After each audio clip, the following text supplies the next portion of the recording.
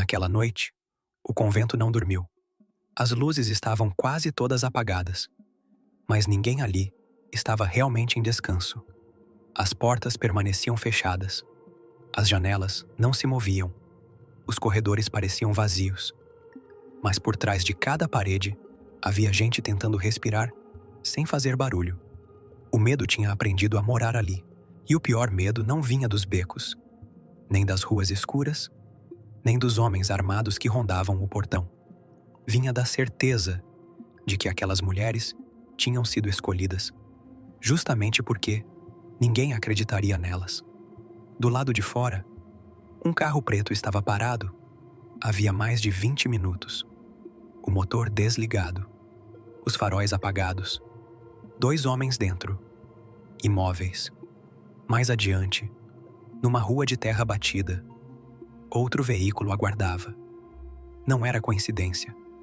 Nada naquela noite era coincidência. Dentro do convento, 2 freiras caminhavam pelo corredor principal, carregando caixas de madeira. As caixas não tinham marcas, não tinham etiquetas, não tinham nada que explicasse por que homens perigosos se interessavam tanto por elas. A primeira freira mantinha o olhar baixo, mas contava os passos. A segunda segurava a alça com força, mas prestava atenção ao som dos pneus do lado de fora. Elas sabiam o horário exato em que cada carro chegava. Sabiam quem batia 2 vezes no portão e quem apenas esperava que ele fosse aberto. Sabiam qual homem falava demais, qual homem escondia medo, qual homem recebia ordens de alguém que nunca aparecia. Durante semanas, elas fingiram obediência. Durante semanas, aceitaram o papel que os criminosos haviam escolhido para elas. Mas, naquela noite, o jogo começaria a virar. O que os traficantes não sabiam era que aquelas freiras já tinham enganado homens muito mais perigosos do que eles imaginavam. O que a Polícia Federal não sabia era que estava sendo usada para encenar uma operação falsa. E o que ninguém sabia ainda era que Lúcio Flávio já havia entrado naquela história. Não como santo, não como policial, não como homem de discurso, mas como alguém que conhecia o cheiro de uma armadilha antes mesmo dela se fechar. O convento ficava numa região esquecida da cidade, entre ruas estreitas, terrenos baldios e casas antigas, que pareciam ter sido abandonadas pelo progresso. Durante o dia, ainda havia algum movimento. Mulheres buscavam ajuda, crianças brincavam perto do muro, moradores deixavam doações pequenas, quase sempre mais generosas no gesto do que no valor. À noite, porém, tudo mudava. A rua ficava comprida demais. Os postes falhavam. O vento batia nas janelas como se pedisse entrada. E qualquer carro que parasse perto do portão parecia trazer uma ameaça. Aquele lugar havia sido construído para acolher. Mas os criminosos enxergaram outra utilidade. Um convento não levantava suspeita. Freiras não eram revistadas com a mesma dureza. Caixas de doação não chamavam atenção. E mulheres pobres, dependentes de ajuda, eram fáceis de intimidar. Foi assim que tudo começou. Primeiro, vieram os sacos de arroz. Depois, remédios. Em seguida, telhas para reparar uma parte do prédio, danificada por uma chuva forte.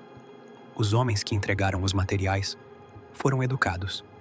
Chamaram as freiras de irmãs. Disseram que queriam ajudar. Falaram de caridade com a boca limpa e os olhos vazios. A Madre Superiora desconfiou desde o início. Não havia generosidade naquele gesto. Havia cálculo. Ela conhecia a miséria, conhecia a violência, conhecia homens que entravam pela porta da frente com um sorriso e saíam deixando medo. Não precisava que ninguém explicasse. Sabia que aquela ajuda voltaria como cobrança. E voltou. Poucos dias depois, um dos homens pediu que uma caixa fosse guardada até a noite. Nada demais, disse ele. Apenas um favor.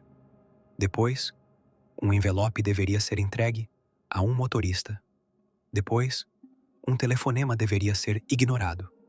Depois, um nome não deveria ser mencionado. Cada pedido parecia pequeno isoladamente, mas, juntos, formavam uma corrente.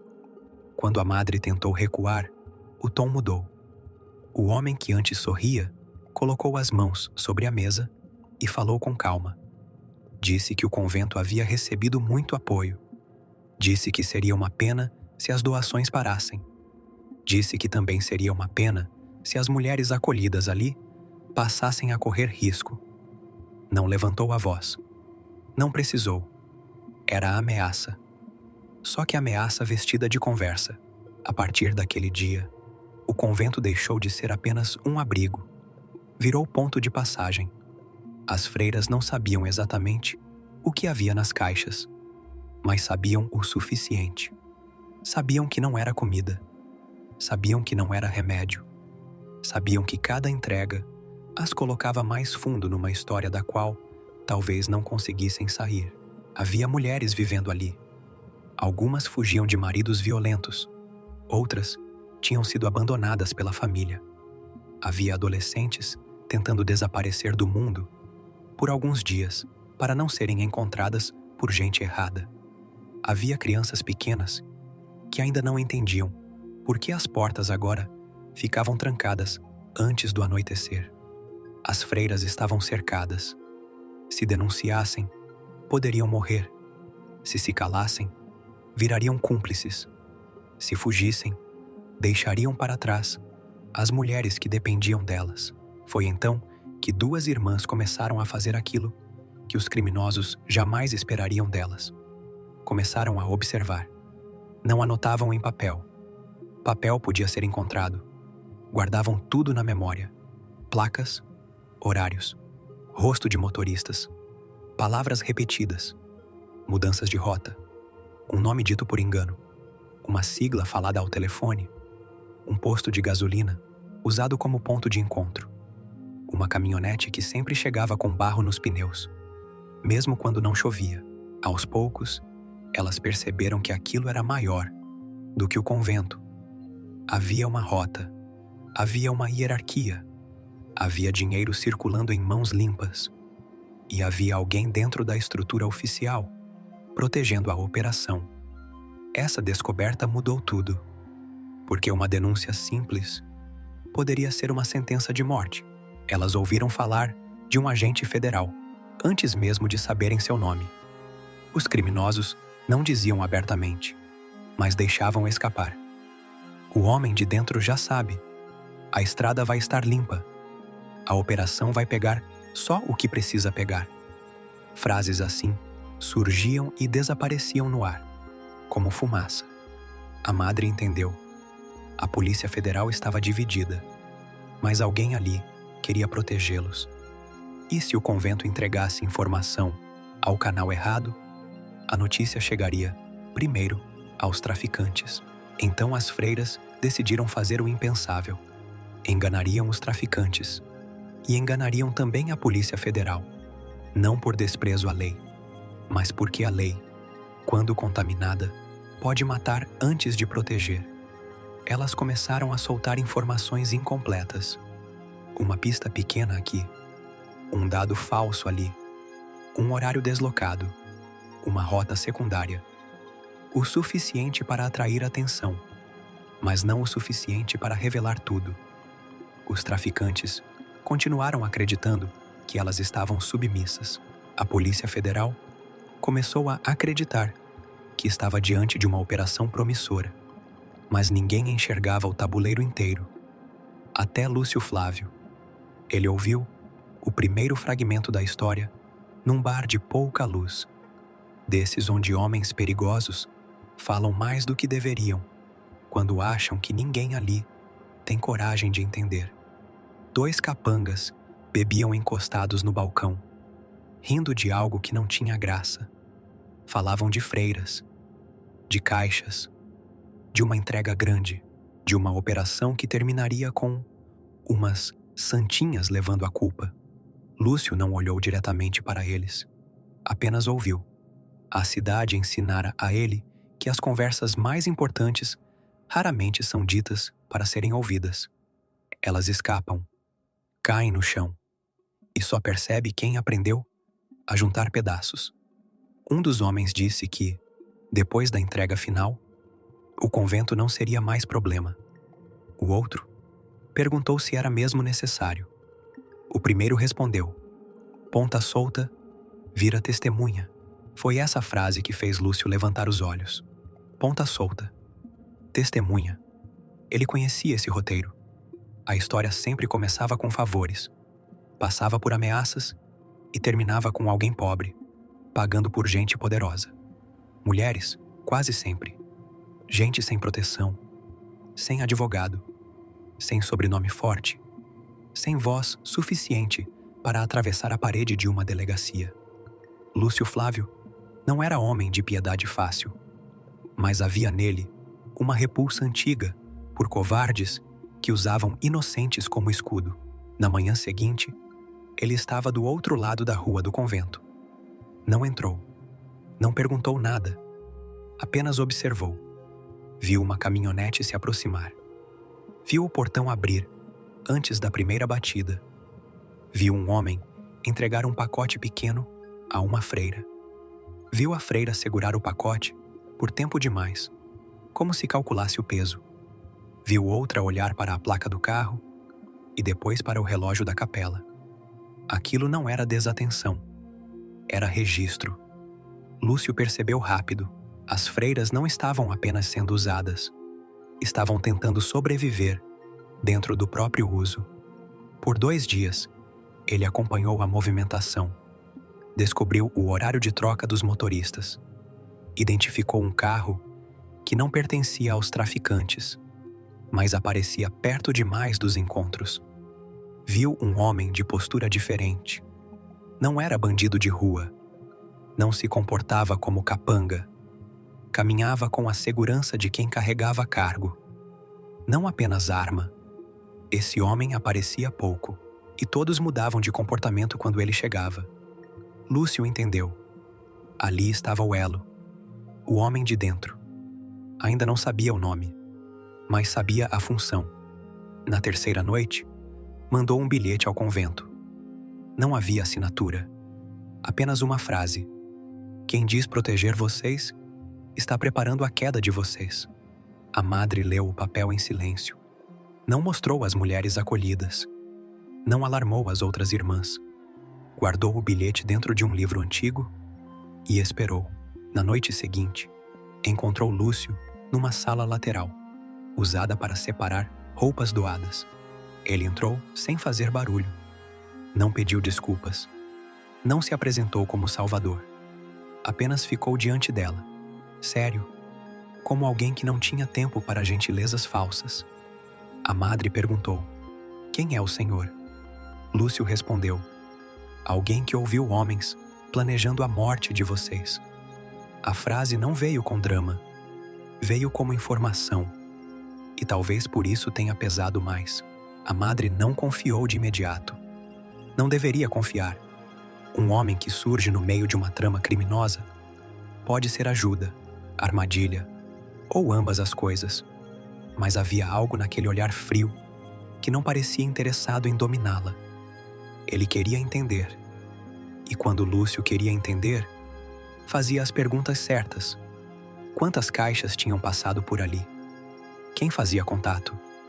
Havia mulheres menores de idade no convento? Alguém tinha desaparecido? A madre demorou a responder. Mas respondeu. Uma jovem acolhida, havia poucas semanas, sumira depois de ouvir uma conversa errada. A polícia registrou como fuga. As freiras nunca acreditaram. Ela não tinha dinheiro, não tinha família por perto, não tinha para onde ir. Tinha medo. E quem tem medo não foge, sem levar nada. Lúcio ouviu calado. Não fez promessa. Promessa é moeda barata, em boca de homem que não vai pagar. Ele apenas disse: "Então eles já começaram a limpar o caminho." A madre baixou os olhos. Lúcio continuou. E vão terminar depois da entrega grande. Naquela noite, as freiras contaram tudo o que sabiam. Não era pouco. Havia placas decoradas, horários cruzados, descrições de homens, uma sequência de entregas que formava uma rota, o nome de um galpão citado 2 vezes, o apelido de um agente, doutor. Nada mais. Apenas doutor. Lúcio montou a estrutura mentalmente. O convento era a fachada. A entrega menor, aquela que a Polícia Federal parecia seguir, era a isca. A carga real passaria por outro ponto, e no fim, quando a operação oficial apresentasse um resultado parcial, alguém vazaria que as freiras haviam colaborado. O convento seria destruído moralmente. As mulheres ficariam sem proteção. As testemunhas seriam silenciadas. E os verdadeiros donos da rota continuariam limpos. Era um plano frio. O tipo de plano feito por gente que não se considera criminosa. Gente que não suja as mãos. Apenas escolhe quem será jogado na lama. Lúcio decidiu interferir. Mas não do modo óbvio.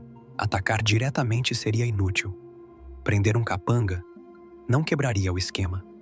Avisar a Polícia Federal, sem saber quem era confiável, seria entregar as freiras.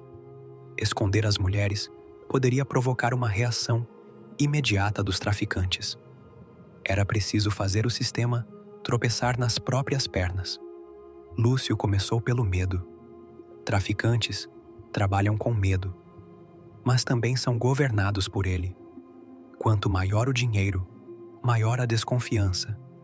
Quanto mais gente envolvida, mais frágil fica a lealdade. Ele espalhou a primeira dúvida num lugar calculado. Fez chegar a um motorista a informação de que uma facção rival sabia da entrega final. Não disse tudo, apenas o suficiente para que a notícia subisse à cadeia.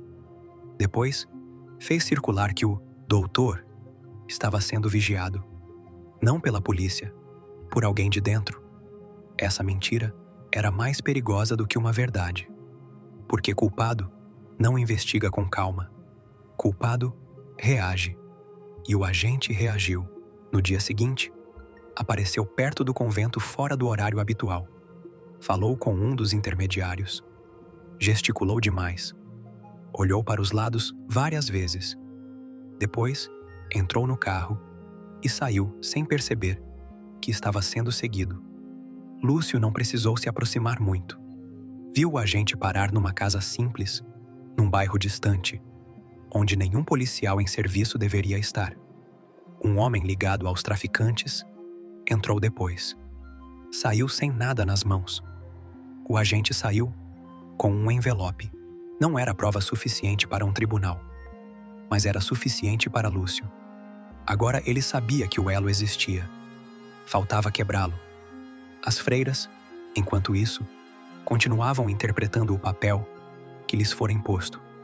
Recebiam caixas, baixavam a voz, evitavam olhar diretamente para os criminosos. Mas por dentro, o convento havia mudado. Mulheres acolhidas foram discretamente transferidas para casas seguras.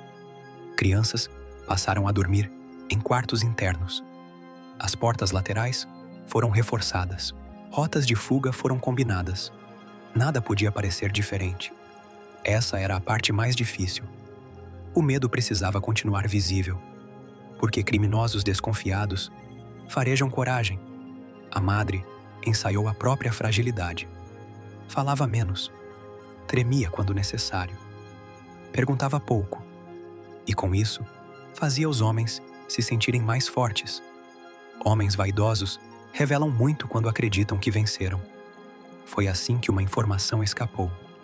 A entrega final ocorreria numa sexta-feira à noite, mas a operação oficial seria montada em outro ponto, numa estrada secundária.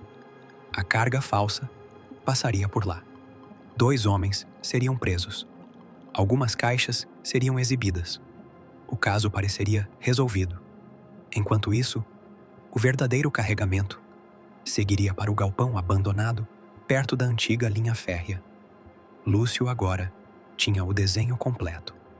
mas precisava de alguém, dentro da lei, que não estivesse vendido. Ele conhecia um delegado antigo, afastado das grandes operações, justamente por não ser conveniente.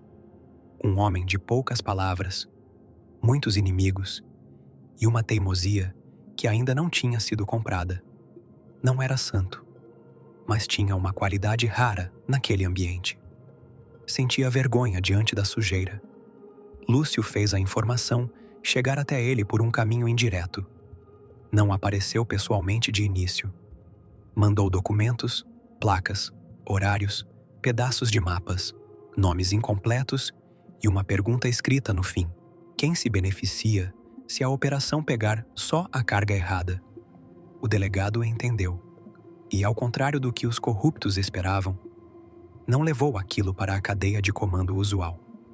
Reuniu poucos homens, gente escolhida a dedo, gente que devia mais à própria consciência do que a favores internos. A partir daí, havia 2 operações acontecendo na mesma noite. Uma oficial, contaminada. Outra, silenciosa, verdadeira. E no meio das 2, o convento. Os traficantes perceberam a tensão crescendo. O chefe local, conhecido por resolver tudo com violência, começou a desconfiar das freiras. Não tinha provas, mas não precisava. Para homens assim, suspeita já é motivo. Mandou revistar um quarto. Interrogou uma funcionária. Perguntou por que uma jovem acolhida havia sido levada para outro abrigo. A madre respondeu com calma. Ela estava doente. O homem não acreditou, mas também não pôde provar o contrário. Nesse mesmo dia, Lúcio apareceu novamente. A madre estava sozinha na capela. Ele ficou na entrada. Não avançou. Ela perguntou se tudo estava pronto. Lúcio respondeu: nada fica pronto quando se lida com traidor. A gente só reduz o espaço do erro. Ela perguntou se as mulheres sobreviveriam. Ele olhou para os bancos vazios antes de responder. Se fizerem exatamente o combinado, tem chance. Não era a resposta que ela queria, mas era a única honesta. Na sexta-feira, a cidade amanheceu pesada. O calor parecia preso entre os prédios, e a noite prometia vir sem alívio. No convento, o dia correu devagar. Cada som parecia maior. Cada carro que passava na rua fazia alguém prender a respiração. À tarde, 2 homens chegaram. Trouxeram novas caixas, mas não foram embora. Ficaram no pátio, observando. Era mau sinal. Um deles entrou na cozinha. Outro caminhou até a área dos dormitórios. Queriam medir a reação das freiras. Queriam perceber se havia pânico diferente, se algo havia escapado, se alguém estava prestes a fugir. Não encontraram nada, porque o medo ali era real. A diferença é que agora tinha direção. À noite, pouco antes das 9, o homem conhecido como Doutor chegou. Pela primeira vez, entrou no convento. Não usava uniforme. Não precisava. Sua autoridade estava no modo como os outros abriram caminho. Falou com a madre numa sala pequena. Disse que a operação daquela noite exigiria colaboração total. Disse que, se tudo corresse bem, o convento ficaria livre daquele incômodo. Livre. A palavra veio suja. A madre percebeu. Ele não prometia liberdade. Prometia fim. O doutor colocou um papel sobre a mesa. Era uma declaração pronta. Dizia que o convento havia recebido valores para armazenar mercadorias, sem saber a origem. Uma confissão controlada. Parecia proteger, mas na verdade condenava. A madre recusou assinar. O agente sorriu. Então a senhora prefere que eu diga que sabia de tudo? Ela permaneceu em silêncio. Ele se inclinou. O mundo acredita mais em relatório do que em freira. Essa frase ficou no ar, e Lúcio, que ouvia de um corredor próximo, gravou cada palavra na memória. A madre pediu tempo. O agente concedeu. Não por bondade, porque achava que o medo trabalharia por ele. Pouco depois, 2 freiras foram colocadas num carro. A justificativa era simples. Acompanhariam a última etapa para garantir que nada desse errado. Na verdade, estavam sendo levadas como garantia. Reféns sem esse nome. O carro saiu do convento. Lúcio já esperava. Não seguiu de perto. Não precisava. Outros olhos acompanhavam. Um vendedor parado na esquina. Um motorista lento demais na avenida. Um homem sentado perto do posto. A cidade tem sua própria rede, quando alguém sabe acioná-la. O galpão ficava numa área industrial, quase abandonada. Durante o dia, caminhões velhos passavam por ali. À noite, o lugar parecia morto. Portões enferrujados, paredes manchadas, vidros quebrados e um cheiro antigo de óleo queimado. Mas naquela noite, havia movimento. Carros entravam sem luz. Homens armados vigiavam os fundos. Um caminhão de mudança estacionou perto da lateral. A carga real havia chegado. Dentro do galpão, o ambiente era de tensão mal controlada. Os traficantes desconfiavam de traição. O agente corrupto desconfiava dos traficantes. Os motoristas desconfiavam de todos. E as freiras, no meio daquilo, eram tratadas como objetos. A madre foi colocada diante de uma mesa. O documento falso apareceu de novo. Dessa vez, com uma caneta ao lado. O chefe local disse: "Assina. Depois cada uma volta para o seu altar." Ela olhou para o papel. Não respondeu. Ele bateu na mesa. "Assina." A outra freira segurou sua mão por baixo do tecido. Não por medo, por aviso. A hora estava próxima. Do lado de fora, o delegado honesto e sua equipe já estavam posicionados, mas ainda não podiam agir.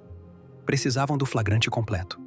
Precisavam do agente no local, da carga aberta, dos documentos expostos e das ameaças acontecendo diante de testemunhas. Era cruel esperar, mas era necessário. Lúcio sabia disso e odiava isso, porque toda operação que depende de esperar o criminoso ir longe, o bastante cobra um preço de quem está no meio. O chefe perdeu a paciência. Deu um tapa na madre. O som não foi alto, mas atravessou o galpão. Um dos homens riu.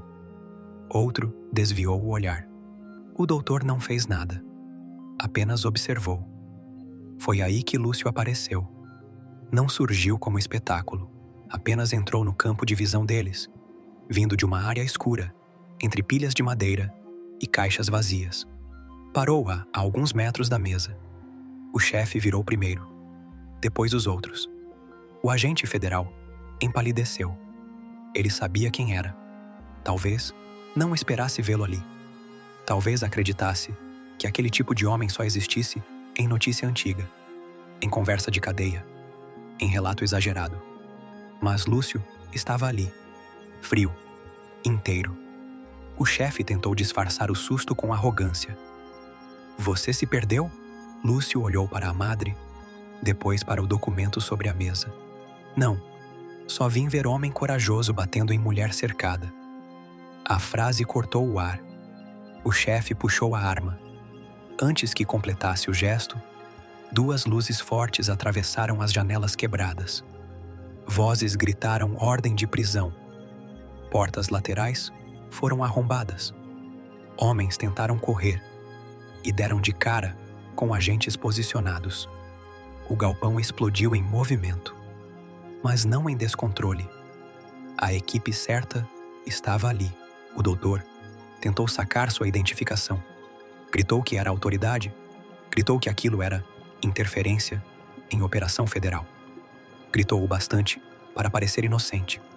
O delegado entrou por último. Caminhou até ele e disse: "A operação federal é esta."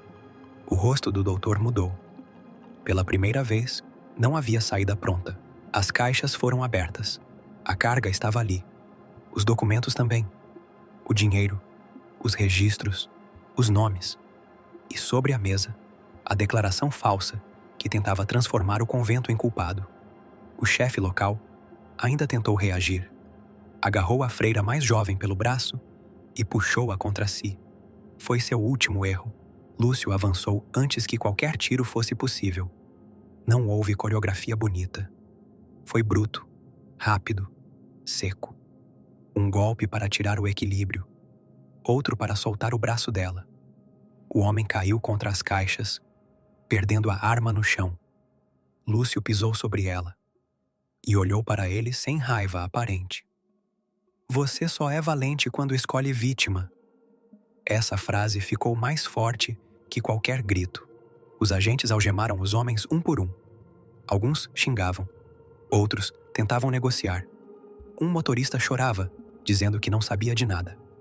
O doutor permaneceu calado, depois que percebeu que havia sido gravado, observado e cercado por gente que ele não controlava. A madre não comemorou.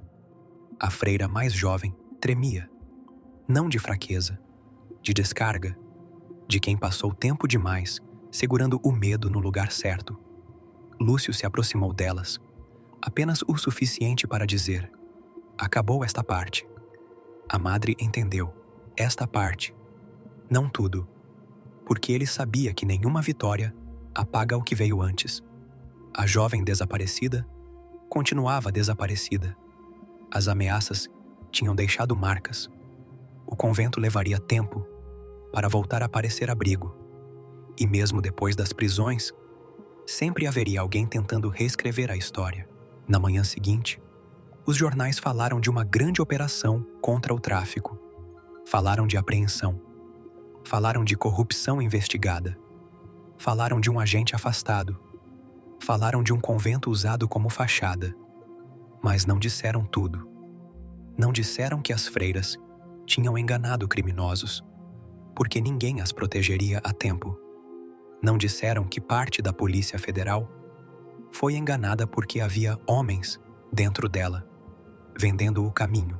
Não disseram que Lúcio Flávio moveu as peças antes que todos percebessem que estavam num tabuleiro. E quase ninguém contou sobre o momento em que a madre recusou assinar a própria mentira.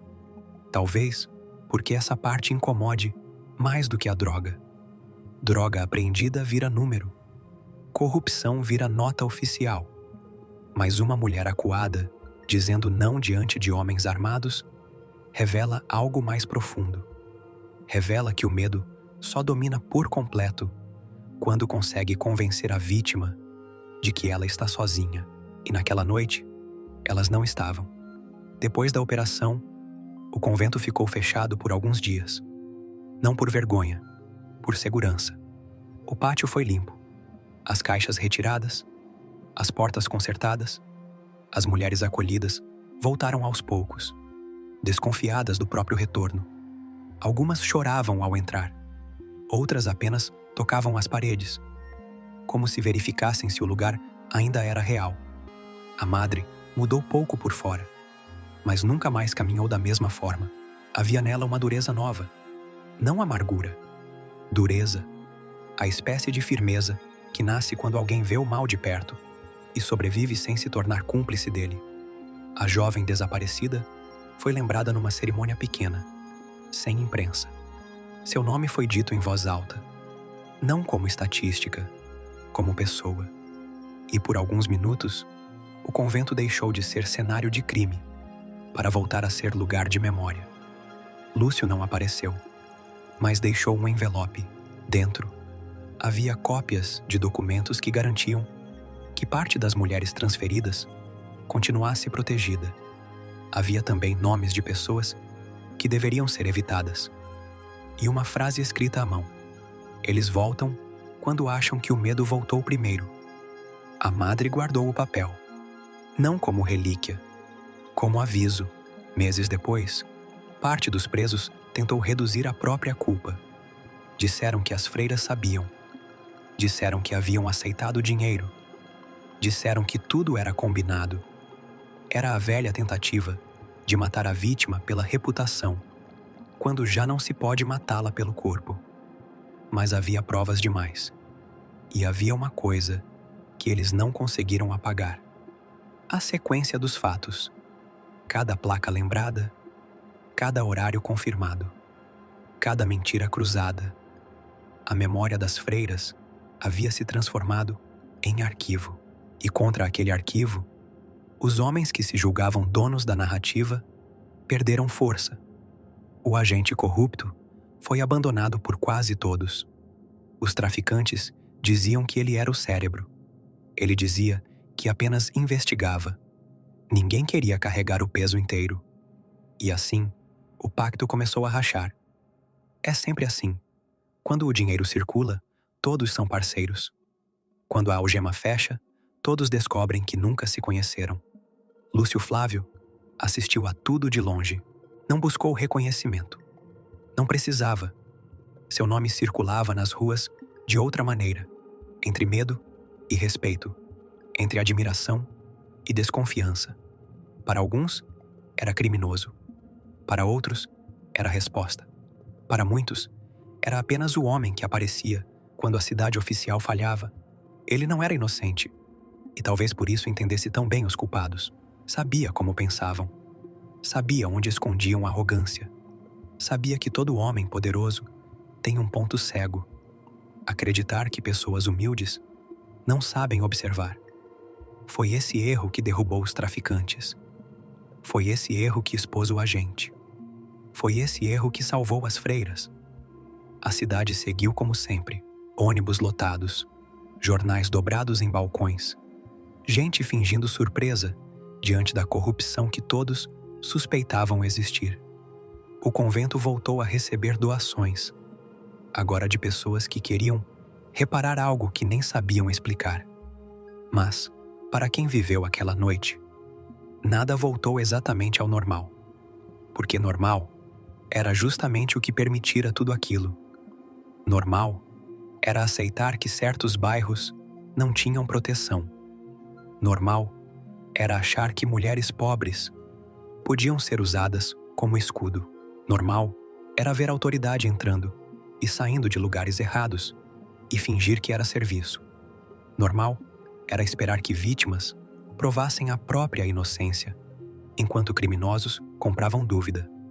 Depois daquela noite, pelo menos naquele convento, o normal perdeu força. A madre passou a registrar tudo: entrada, saída, doação, nome, placa, horário. Nenhuma ajuda era aceita sem origem clara. Nenhum homem entrava sem identificação. Nenhuma ameaça era tratada como assunto privado. O medo não desapareceu, mas deixou de mandar sozinho. E talvez essa tenha sido a verdadeira vitória. Não a prisão, não a apreensão, não a queda de um agente, mas o instante em que mulheres, que haviam sido escolhidas para cair, decidiram não cair caladas. Lúcio Flávio entendeu isso antes de todos. Por isso entrou em ação. Não porque acreditasse que o mundo ficaria justo depois daquela noite, mas porque sabia que, às vezes, impedir uma injustiça específica já é o bastante para quebrar uma cadeia inteira. Há histórias que não chegam completas aos jornais. Chegam como nota pequena, como operação policial, como boato de rua. Perdem rosto, perdem dor, perdem as escolhas difíceis, feitas por pessoas que ninguém considera heróicas. Mas por trás de cada manchete curta, pode existir uma noite longa, uma freira diante de uma assinatura falsa, uma mulher desaparecida sem resposta, um agente vendendo a própria farda, um traficante confundindo silêncio com fraqueza, e um homem, vindo de fora, capaz de olhar para tudo aquilo e entender a estrutura antes que ela esmagasse os mais frágeis. Naquela noite, as freiras enganaram traficantes e a Polícia Federal. Mas não fizeram isso por ambição. Fizeram porque estavam cercadas por dois perigos ao mesmo tempo: o crime que ameaçava por fora e a corrupção que apodrecia por dentro. E quando Lúcio Flávio entrou no jogo, ele não trouxe salvação limpa. Trouxe consequência. Para os homens que usavam medo como ferramenta, para o agente que vendia informação como mercadoria, para todos que acreditaram que um convento pobre seria o lugar perfeito para esconder uma rota criminosa. eles só esqueceram uma coisa: lugares silenciosos também guardam memória. E memória, quando encontra alguém disposto a agir, vira prova, vira armadilha, vira queda. O convento continuou de pé. As marcas ficaram, algumas visíveis, outras não. Mas, depois daquela noite, quando um carro parava tempo demais perto do portão, ninguém mais fingia não ver.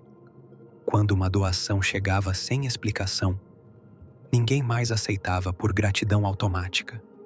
Quando alguém tentava falar baixo demais, havia sempre uma freira escutando. E em algum lugar da cidade, longe dos relatórios, longe das entrevistas, longe da versão oficial, Lúcio Flávio seguia carregando aquela história como carregava tantas outras, sem contar, sem pedir absolvição, sem fingir pureza, apenas sabendo que, em certas noites, a diferença entre massacre e sobrevivência é alguém perceber a armadilha antes que ela se feche. E naquela noite, ele percebeu: se você gosta de histórias densas, escondidas nas sombras da cidade, onde poder, silêncio e verdade se enfrentam sem aviso, continue acompanhando o canal. Ainda existem muitos episódios esquecidos, mistérios e confrontos marcados por medo, coragem e consequências. Inscreva-se para não perder as próximas narrativas.